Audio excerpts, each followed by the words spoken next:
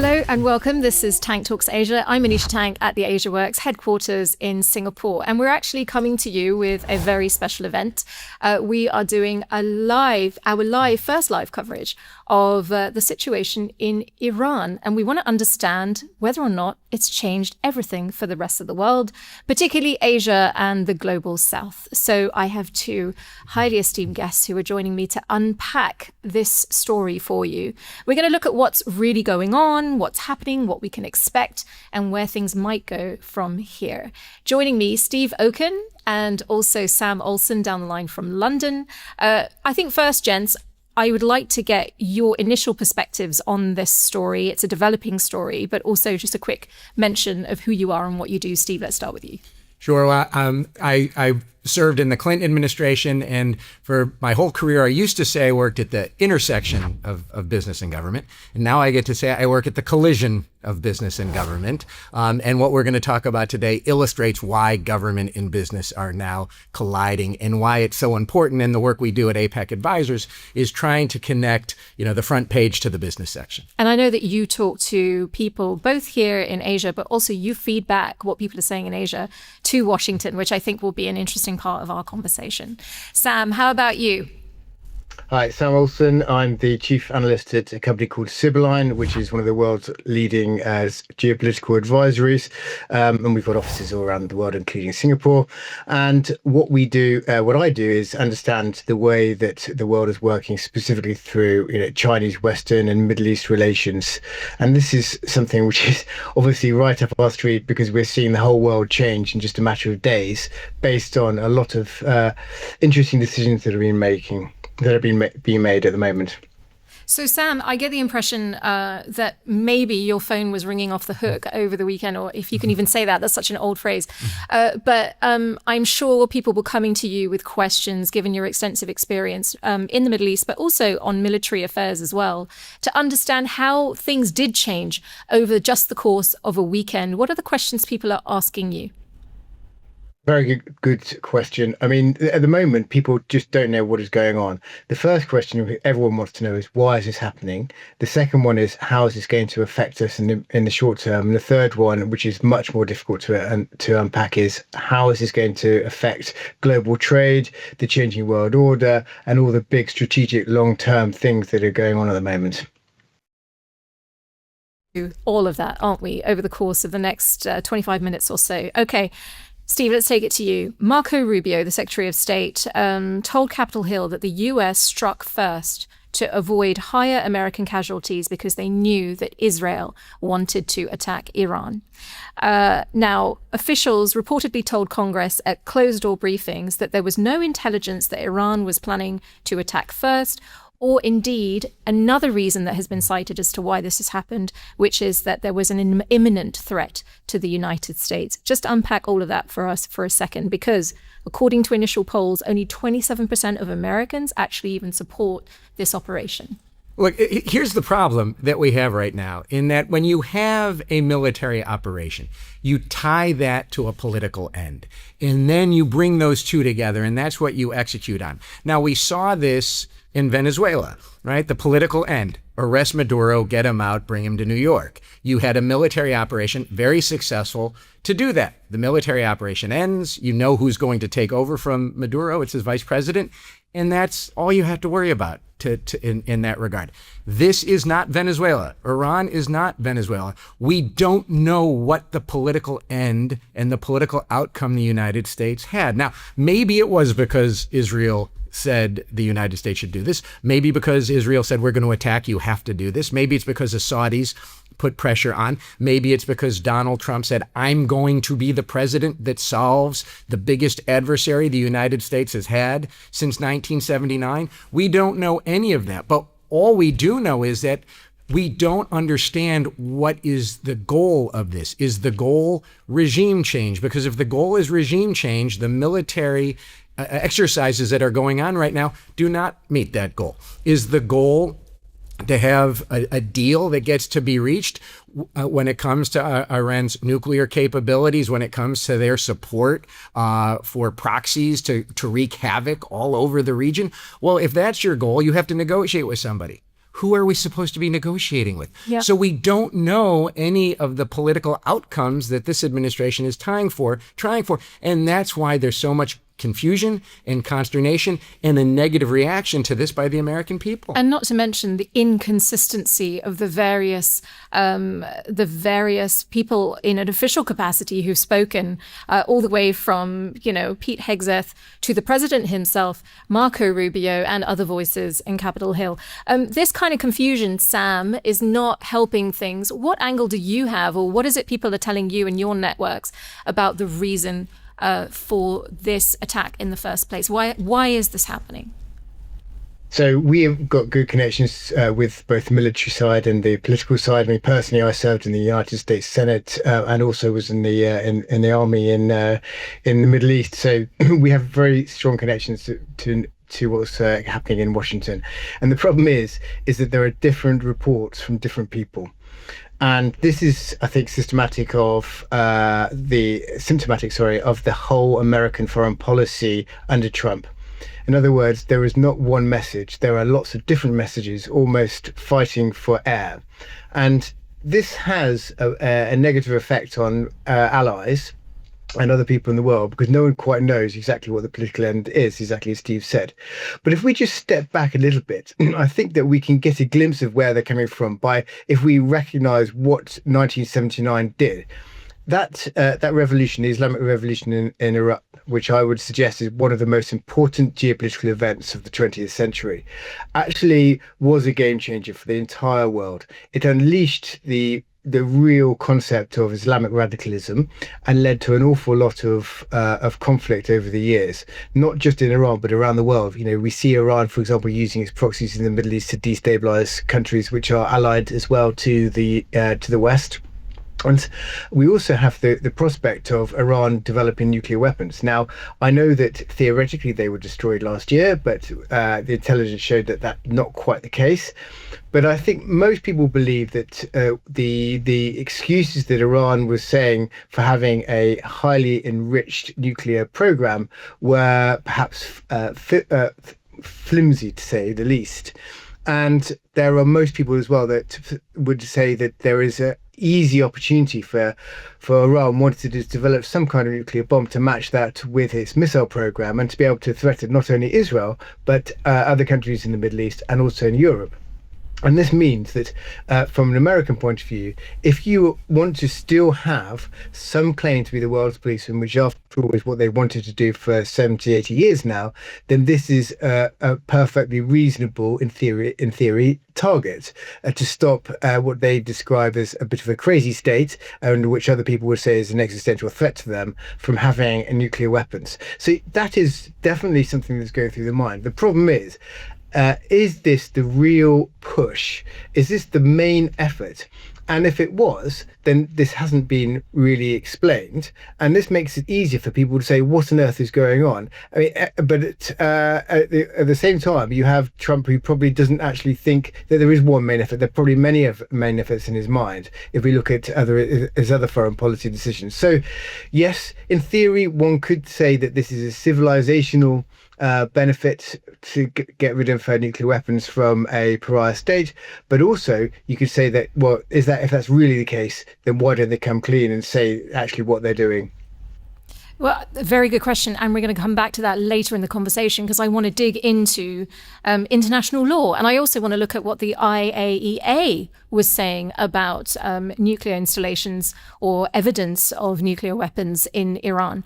But before we get to that part, the Global South is responding. We're getting a lot of headlines now and a lot of comments. South Africa's Cyril Ramaphosa has said, anticipatory self-defense is not permitted under international law and cannot be based on assumption or anticipation. And we've also had Malaysia's Anwar Ibrahim calling these strikes barbaric and a flagrant breach of international law. This is a problem. Does this framing, Steve, resonate from an Asian perspective, or is it too simple to go down these lines? Well, I mean, I think you have to ask your question today, what is international law? Who enforces international law? And I think what we understood to be international law from 1945 through, the last few years, and maybe you can go to 2014 in Putin's invasion of Crimea, then it doesn't exist like we once knew it, where you could only invade when you had all the United Nations on your side, or there was, that imminent attack against you that you could prevent. So we are in a different world. And that's the reality, I think, that the global South is going to have to deal with. And I think the issue, and this is to Sam's point, if the United States' political outcome was that Iran cannot have a nuclear weapon, and we are going to take every action we can to prevent them from obtaining one, and first we're going to do negotiations, and then we're going to lead to this, and then we're going to have a targeted strike if we have to do that, that would have been very different than what the United States is doing now, because the United States and Israel, with their attack and assault on Iran, is not aimed at that political outcome. It is aimed at a very different political outcome, and I think that's why you see the outrage coming from the global South and from Europe in a very more muted way, because the Americans can't justify what they've done, because we don't know why the Americans did what they did. Yeah, absolutely. Sam, let's look at it from the other angle. Let's look at it from Tehran, looking out to the rest of the world. You have a lot of knowledge and you've got a lot of experience in the Middle East. Tell us about Tehran's response, but also how we went from conversations to outright military operations. So there's a few things to start off with. Number one is that Tehran sees this absolutely as an existential threat to its regime. The regime has been in place since 1979. There's no doubt about that. And not only because you have Trump and others calling for the end of the regime, but because the regime is generally very unpopular with huge swathes of society. And also don't forget that Iran has fallen in revolutions which topple governments, not just 79, but before that as well. And so this is something that is not being downplayed by the Iranians, not least because they've lost their Ayatollah and 50, maybe more than that now, of senior commanders. So the question is, what do you do if you're in Tehran's shoes? And they have two options, in theory. One is to go back to the negotiating table, or two is just to go all out. Now, the reason they won't go back to the negotiating table is because, for a start, the Americans don't believe anything they say. And in fact, this is not just the Americans. There are significant doubts placed on the negotiations and the what was being said by the Iranians all the way through all of negotiations over the last decade or so, by the Europeans as well. And there were many, many broken promises by the Iranian side. So it is hard to see how anyone would actually welcome them back to the table, and Trump has said as much. But if that isn't an option, then you look at what they might be doing militarily, and they've lost now all of their ships. Their navy's basically ceased to exist. They've still got a very large army, but their air force is being pummeled. They don't really have any air defenses anymore, and their missile projectors are being destroyed systematically by both the Americans and the Israelis. So this is a difficult time. So you could just sit there in Iran and just accept the punishment, or you could try and be more proactive about it. And that's what they're doing, using whatever means they can by hitting not just Israel, which is a natural and normal target for them, but also anyone associated with America. So that's local allies of America on the ground in the Arab world. So you've seen attacks on Qatar, UAE, Dubai, Abu Dhabi, and elsewhere, Jordan, for example, but also on British sovereign base in Cyprus.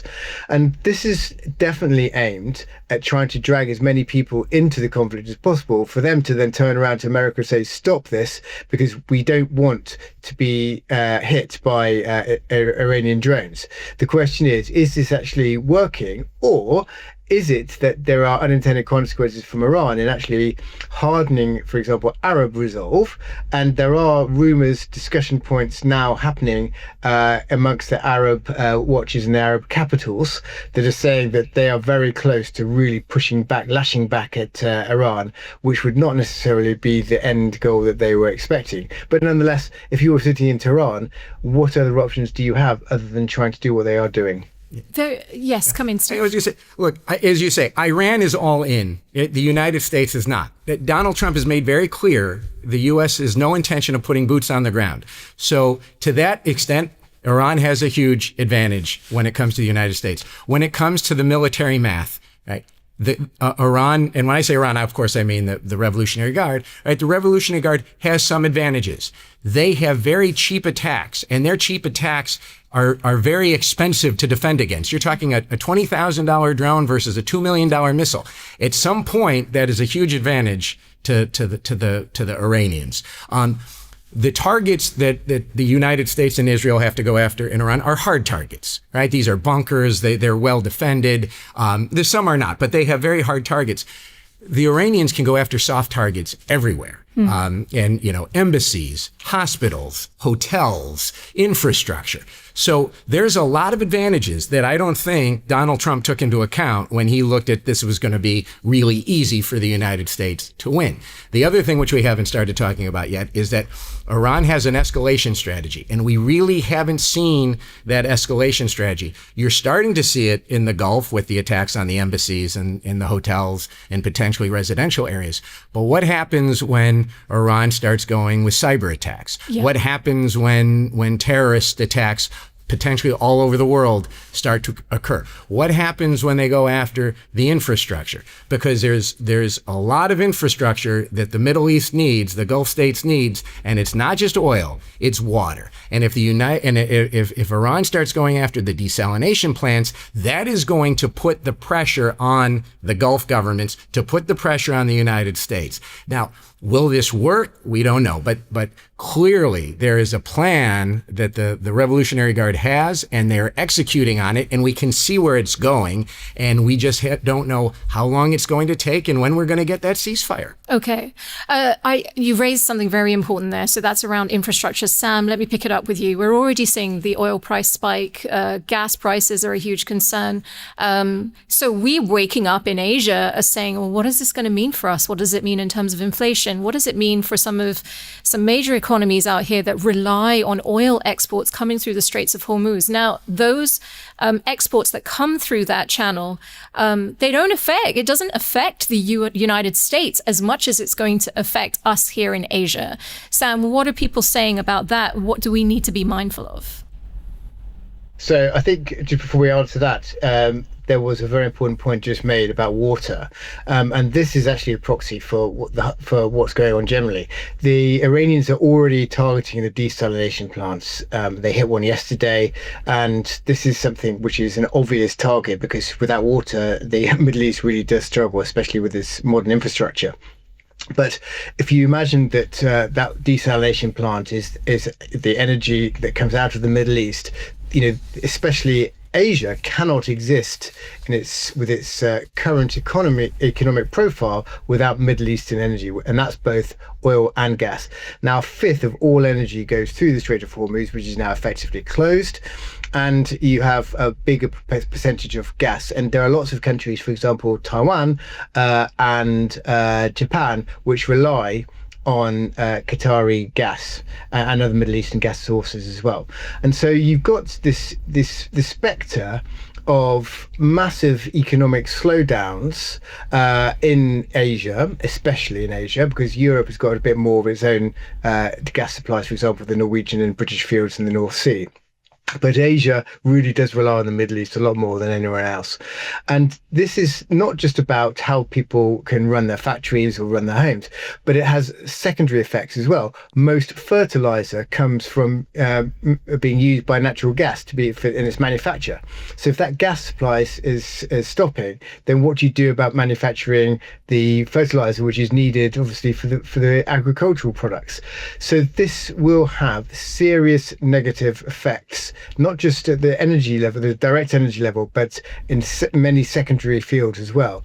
And the question is, how long can the conflict go on and keep blocking the Strait of Hormuz and keep blocking exports and other issues, as a matter of course, without Asia really putting pressure? So, and I would potentially suggest that Japan, Taiwan, and other countries in Southeast Asia, which also rely on gas, are going to be putting a lot of pressure on America Russia, and they might actually suffer. The Americans might feel that they are suffering more from being pushed by their close allies in Asia than they would be from the people on the ground in the Arab world, simply because the Arab world sort of have also got a dog in this fight now. Okay, Sam, very briefly, China's foreign ministry spokesperson Mao Ning has been talking about all of these issues. In particular, the comment has come from the Chinese foreign ministry that tankers in the Straits of Hormuz should be protected. And I think what's also interesting is that has also come out of Washington, which I found slightly ironic. Just a quick reflection of that, like, is that even possible? It is possible. For the Americans, yes, they can have escort ships, but going along at 60 knots, we're escorting a tanker makes you a very good target for Iranian missiles, and they've still got lots of missiles left. So I think that's going to be very difficult to see happening in the short term. Importantly, the Chinese have now introduced, 5 or 6 years ago, a clause which allows them to deploy force to protect energy choke points. This has not been enacted anywhere yet, but I would not be surprised if this continues for a long time, and that the Chinese feel that this is in their own interest, that you might see China taking a very much more active role in trying to sort out things happening around Iran. This has not happened yet, and Iran perhaps feels a little let down that China and Russia haven't come to its rescue. But the longer this goes on, the more China feels the pain, and the more that China is likely to do something proactively. Sam, you're helping me segue into the last sort of 4 or 5 minutes of this conversation. I mean, there is so much to talk about, but we needed to get to the kind of what happens now and what does it mean for us? And with your focus on and your broad understanding of Asia's needs and wants, if we could just frame it in that way, that would be great. Steve, I'm sure people are coming to you. They want to talk about what's happening. What are you telling people? Like, what should we be watching out for as the days and potentially weeks progress? Well, I mean, the key thing, as Sam mentioned, it's energy and it's oil. If you look, I did a presentation for a bank and a group of investors yesterday. If you look at literally every geopolitical crisis for the last 50, 60 years, in every single one of those, if you use the market as a proxy, a year after the event, it was as it didn't happen, except one time. There's only one time that there was a geopolitical crisis where the market was affected for more than a year. And that was the 1973 Yom Kippur War. Yep. And the reason was because that had a protracted impact on the oil supply. So that is what you have to watch. If this is going to be 4 or 5 weeks, which is what Donald Trump said, and maybe it'll be less if he gets that pressure not only from the Gulf countries, but also from countries in Asia and in U.S. partners and allies, that this has got to come to a stop for economic reasons, and Trump can find a way to declare victory. He gets some deal signed with somebody. We have no idea who it'll be because there's nobody left to really sign anything with. But if he can declare victory, then this is going to have long-term geopolitical implications. It is going to have implications for how much can you trust the United States, whether the old world order is ever going to come back. Probably not. This should be a wake-up call on that front. But that's the thing to watch is energy and oil and how quickly the pressure is going to build on the United States. We also have a midterm elections coming up. If there is an economic crisis in the United States, you're going to see Republicans really start, maybe for the first time, coming out against the president en masse because they're going to lose their seats. Yeah. So you have U.S. political pressure to watch, but it's energy and oil and how that's impacting economies is and whether that pressure is going to hit on the United States as well. Sam, you're going to get the last word here because I from one human being to another human being, I cannot help to say that I was really disappointed when I saw these pictures of graves being dug. Obviously, you can say that this is propaganda that's being put out from Tehran, but the school children being killed. And I think about the Iranian people and everything that they have been going through over the last month or so, the pictures that we saw of protesters being put down, quite literally by the regime there. So what happens now from an Iranian point of view? We don't know who's leading the country. We don't know where this is going to go. I think what was interesting in what Steve was saying just then, Steve, you're very much focusing on this may end driven by Washington. Does this end at all driven by Iran? I think that whilst it's really important from a human level to acknowledge that this is never good to have war, and I've been in conflict myself, and it's not something that you wish on anyone. But we cannot take our eyes off the fact that this Iranian regime is monstrous. It killed between 30 and 40,000 people in just a few days, a few weeks ago. Let alone all the other people that it's killed in the failed uprisings in the last decade or so. Not only that, but it has exported terror around the world, especially to the local regions. I mean, there won't be many people in Lebanon, for example, under the yoke of Hezbollah and its fighters there who will be shedding any tears for the Iranian regime, let alone all of the other countries that have suffered. And so, yes, it is awful what is happening because war is always bad. But let's not take our eyes off the monstrosities that this Iranian regime has committed. And so the sooner that it can end and usher in a better, more stable regime, which wants to actually have a constructive place in the world, the better. That said, America really isn't helping itself by going to war without properly identified strategic aims, without clarifying that, without talking to its allies, hasn't even mentioned the United Nations, let alone tried to engage with it. And it will have an effect. Its action will have an effect on the world.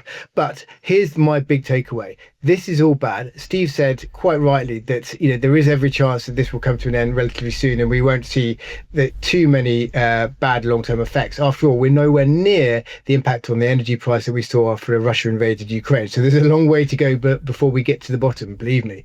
But people should be recognizing that if another war happens in the next few years, for example, between China and America over Taiwan, then that will be far, far in excess of what's happening now. So my suggestion is that people, governments, anyone that's listening to this from a business community must use this as a way of preparing their policies, their stockpiles, and everything about any reaction that they might need to take to keep going in a resilient point of view for the next war that's coming, which I would suggest is very likely to occur in the next few years maybe between China and America, or including Russia and Europe or whatever. But that would dwarf this. So use this as a time for preparation. It's awful to say, but I think we need to just be cognizant of what the realities are of this very, very quickly changing world order. Okay, well, my final word is I don't think that I have ever in my lifetime felt nervous about what's happening in the world. This is the first time. And it feels like that international rules-based order, it's not a theory that it's over.